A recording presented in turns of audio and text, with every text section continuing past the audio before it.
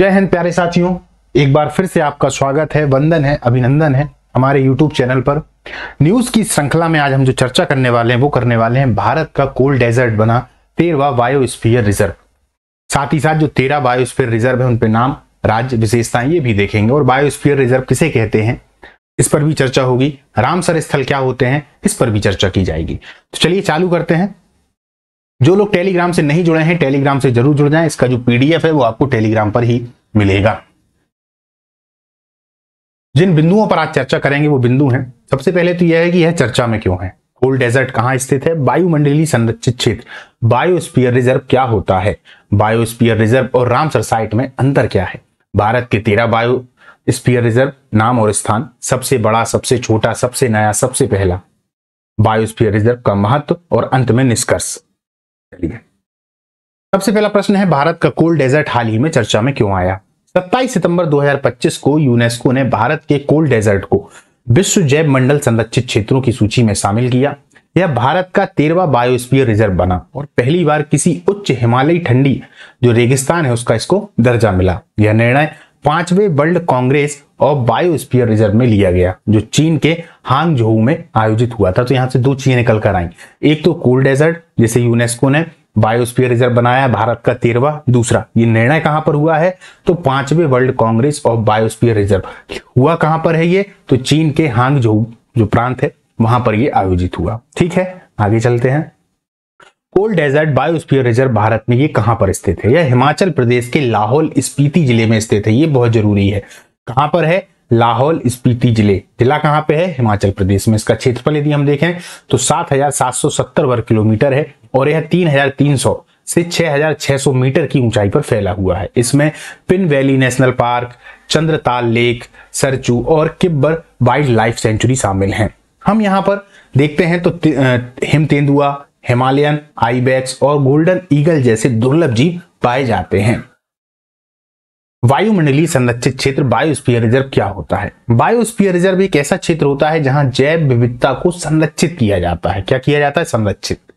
और स्थानीय समुदायों के साथ मिलकर सतत विकास को बढ़ावा दिया जाता है। ये पूरी की पूरी इसकी परिभाषा, इसको समझिएगा। एक ऐसा क्षेत्र होता है जहां जैव विविधता को संरक्षित किया जाता है जो कि बहुत ज्यादा जरूरी है पारिस्थितिकी तंत्र के लिए। अब जब हमने उनको संरक्षित कर दिया तो ये संरक्षण का जो काम है वो कौन करेंगे? स्थानीय समुदाय के साथ मिलकर। ये इसलिए जरूरी हो जाता है कि स्थानीय जो समुदाय है, वहां के जो लोकल के व्यक्ति हैं, उनको उस जगह का, उस भौगोलिक जो वहां का वातावरण है उसका बहुत अच्छे से ज्ञान होता है। यदि हम बाहर के किसी व्यक्ति को वहां पर रखते हैं तो पहले तो उसको अनुभव चाहिए, अनुभव लेने में ही समय लगा देगा वो, उसको उसकी जानकारी भी नहीं है उस क्षेत्र की। इसीलिए जो वहां के ही व्यक्ति होते हैं, वहां के जो समुदाय होते हैं, उनको इसमें शामिल किया जाता है। यह यूनेस्को की man and the biosphere programme के अंतर्गत आता है। इसका उद्देश्य है कि प्रकृति और मानव के बीच का जो संतुलन है वो बना रहे। ये बहुत ज्यादा जरूरी हो जाता है। बायोस्फीयर रिजर्व और रामसर जो साइट है इनमें क्या अंतर है? हम अक्सर देखते हैं दोस्तों, बायोस्फीयर रिजर्व और रामसर साइट, इनमें कहीं ना कहीं से प्रश्न जो है वो पूछे ही जाते हैं। तो बायोस्फीयर रिजर्व जो है वो जैव विविधता और पारिस्थितिकी तंत्र को संरक्षित करता है। तो फिर रामसर साइट क्या है? ये अंतरराष्ट्रीय महत्व की आर्द्र भूमियां होती हैं, वेटलैंड्स को संरक्षित करता है। बायोस्फीयर रिजर्व में पर्वतीय, वन्य और मरुस्थलीय क्षेत्र शामिल हो सकते हैं, जबकि रामसर साइट केवल जल आधारित पारिस्थितिकी तंत्र पर केंद्रित होता है। जो आर्द्र भूमियां होती हैं, याद रखना यहां पर इन जो बातें हैं कि रामसर साइट केवल जल आधारित पारिस्थितिकी तंत्र, एक तरीके की आर्द्र भूमि, एक तरीके की जो दलदल वाले क्षेत्र हैं। जबकि बायोस्फीयर रिजर्व में सभी कुछ आ गया, पर्वत भी है, वन्य भी है, मरुस्थलीय क्षेत्र भी है। क्लियर? भारत के 13 बायोस्फीयर रिजर्व कौन कौन से हैं और कहां कहां स्थित हैं? तो सबसे पहला है नीलगिरी, ये तमिलनाडु के केरल, मतलब तमिलनाडु, केरल और कर्नाटक, यहां पर ये स्थित है नीलगिरी। नीलगिरी की पहाड़ियां हम अक्सर पढ़ते हैं, जो जीके वाला पार्ट होता है उसमें नीलगिरी की पहाड़ियां अगर देखें तो भारत का जो दक्षिण हिस्सा है जहां पर 3 बिंदु मिलते हैं वहीं पर ये है। ठीक है, तमिलनाडु, केरल, कर्नाटक। नंदा देवी तो ये कहां पर है? ये उत्तराखंड में है। नौकरेक ये कहां है? ये मेघालय में है। उरुबाला जो क्षेत्र है, पचमढ़ी मध्य प्रदेश में है, ये भी बायोस्फीयर में है। मध्य प्रदेश के जो विद्यार्थी हैं जो मध्य प्रदेश के पेपर देते हैं, ज्यादा फोकस मध्य प्रदेश पे करते हैं, तो जरूर इसको ध्यान दीजिएगा। सिंपलीपाल ये कहां है? तो ये उड़ीसा में है। एक सिंपलीपाल अभ्यारण्य भी है, वो भी इसी क्षेत्र में है। सुंदरबन पश्चिम बंगाल, अचन कमार ये अमरकंटक है छत्तीसगढ़ मध्य प्रदेश में, ठीक है। ग्रेट निकोबार ये कहां पर है, तो ये अंडमान में है। कंचनजंगा ये कहां पे है, ये सिक्किम में है। पन्ना यदि देखें तो मध्य प्रदेश में, तो मध्य प्रदेश के कितने आ गए, एक पन्ना हो गया और एक पचमढ़ी हो गया, तो मध्य प्रदेश के 2 हो गए, ठीक है। ये जो अचन कमार है, ये अमरकंटक वाला जो उनका जो पर्वत है वो कहां पर है, वो जो छत्तीसगढ़ वाले क्षेत्र में वहां पर है, तो इसलिए यहां पर जो लिखा है वो छत्तीसगढ़ मध्य प्रदेश लिखा हुआ है, ठीक है। शेषाचलम ये कहां है, तो ये आंध्र प्रदेश में है। अरण्यक कहां है, तो राजस्थान में है। और अभी जो नया नया है कोल्ड डेजर्ट ये कहां पर है, हिमाचल प्रदेश के लाहौल स्पीति में, ठीक है। इन 13 के 13 आपको याद बिल्कुल रखने हैं। चलिए अब आगे देख लेते हैं हम कि भारत में बायोस्फीयर रिजर्व में सबसे बड़ा, सबसे छोटा, नया और पहला कौन सा है। तो सबसे बड़ा यदि देखें तो great Nicobar biosphere reserve 8,850 kilometre पे है। अभी वाला हमने देखा था तो वो 7,700 वर्ग किलोमीटर पर था, है ना, जो कोल्ड डेजर्ट है। तो सबसे बड़ा हो गया ग्रेट निकोबार का, ठीक है। सबसे छोटा देखें तो नॉक्रैक है, ये कितना है, 820 किलोमीटर का। सबसे नया अभी कोल्ड डेजर्ट 2025 में घोषित हुआ है। और सबसे पहला यदि देखें तो नीलगिरी है बायोस्फीयर रिजर्व, ये 1986 में घोषित हुआ था। देखिए कितने फैक्ट आपके लिए निकल कर आ रहे हैं।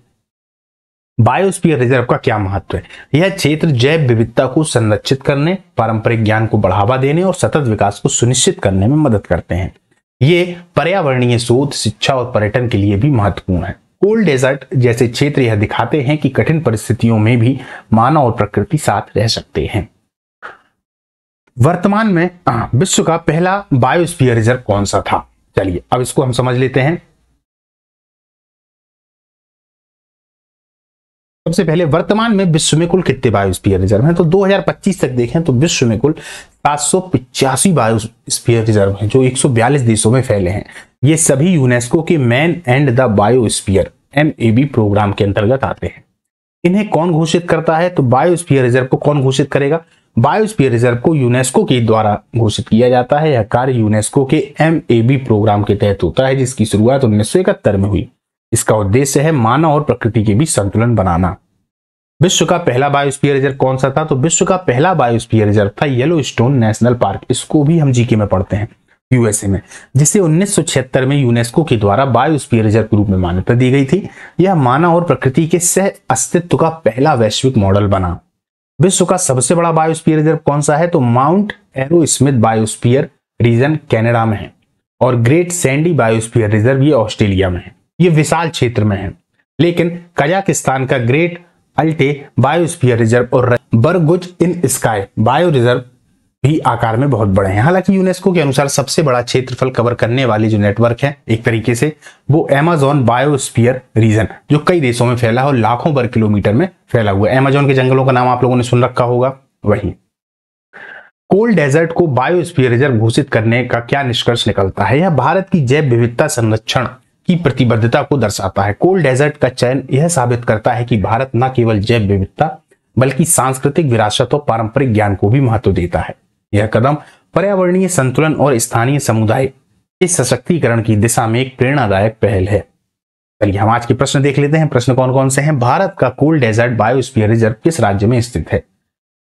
उत्तराखंड, हिमाचल प्रदेश, जम्मू कश्मीर, सिक्किम। इसका आंसर क्या है? हिमाचल प्रदेश के लाहौल स्पीति में। चलिए दूसरा प्रश्न है, कोल्ड डेजर्ट को भारत का कौन सा बायोस्फीयर रिजर्व घोषित किया गया है? 10वां, 11वां, 12वां, 13वां? कौन सा किया गया है? 13वां किया गया है। अब इसके बाद जो प्रश्न है उनके आंसर आपको देने हैं। निम्न में से कौन सा कथन बायोस्फीयर रिजर्व और रामसर साइट के अंतर को सही दर्शाता है? ठीक है, दोनों केवल जल आधारित क्षेत्र होते हैं। पहला, बायोस्फीयर रिजर्व जैव विविधता को संरक्षित करता है जबकि रामसर साइट आर्द्र भूमियों को। रामसर साइट पर्वतीय क्षेत्रों में होता है, बायोस्फीयर रिजर्व केवल वन्य जीव के लिए होता है। ये दमदार प्रश्न है दोस्तों, इसमें थोड़ा आपको ध्यान देना पड़ेगा, दिमाग लगाना पड़ेगा, दिमाग के घोड़े जो है वो दौड़ाने पड़ेंगे, तब जाके आप इसका आंसर बता पाएंगे। ठीक है, और कमेंट में जरूर बताइएगा कि इसका आंसर क्या है। अब लास्ट जो आज का हमारा प्रश्न है वो है, भारत का सबसे पहला बायोस्फीयर रिजर्व कौन सा था? सुंदरबन, नीलगिरी, नंदा देवी या पचमढ़ी? ठीक है, तो नीचे जो है इसका उत्तर भी लिखा हुआ है, तो सही उत्तर क्या है इसका? नीलगिरी। बायोस्फीयर रिजर्व को 1986 में भारत का पहला बायोस्फीयर रिजर्व घोषित किया गया था। ठीक है, तो आज की हमारी ये जो क्लास है दोस्तों, इसको अपन यहाँ पर समाप्त करते हैं। इसके बाद में मिलते हैं अगली खबर के साथ में, अगली क्लास के साथ में। तब तक के लिए जय हिंद, नमस्कार।